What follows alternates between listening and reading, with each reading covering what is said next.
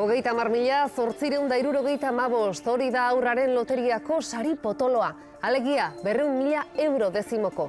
Baina 160.000 euro kobratuko dira 20%ko zerga berriaren eraginez. 1.875. 2 millones de euros. No creíamos.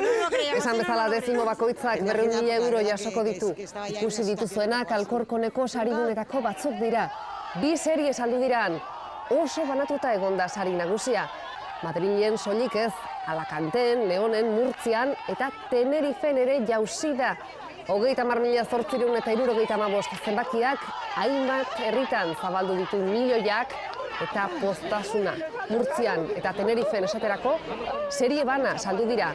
Eta Alacanten 360 dezimo saldu ditu loteria administrazio batek. Guztira, 62 milioi euro banatu dituzte.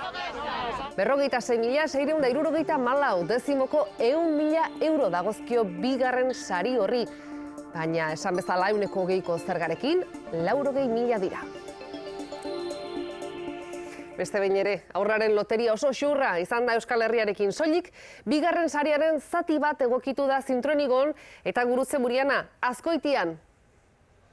Bai, hementxe Amalur bideoak dendan, saldu da bigarren sari horrekin suertatu den dezimo horietako bat. 56.664 zenbakia zuen dezimoa saldu zuten hemen, bideoklub honetako makinan bertan, eta 100.000 euro dakatu zaizkio dezimo hori erosi zuen pertsonari. Ez dugu ezagutzen, oraindik Zintronigo, Nafarroan ere dezimo bat saldu da, zenbaki horrekin ere, 56.664 zenbakiarekin, eta hor lehiatilan saldu zuten, 4 zenbakian amaitzea eskatu zuen pertsona bati saldu zioten dezimo hori.